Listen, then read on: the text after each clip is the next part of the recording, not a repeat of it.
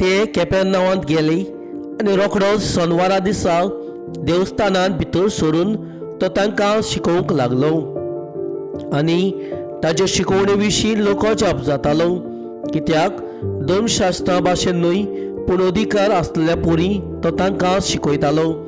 त्याच वेळार मेलो आत्मो बसलेलो एक मनीस ताच्या देवस्थानान आसलो आनी ताणें बोब मारून म्हणलें, नाजारातच्या जेजू, आमचे कडेन तुका कसलें काम आसा? आमचो भस्म करूंक आयला कितें? तूं कोण तो हांव जाणा।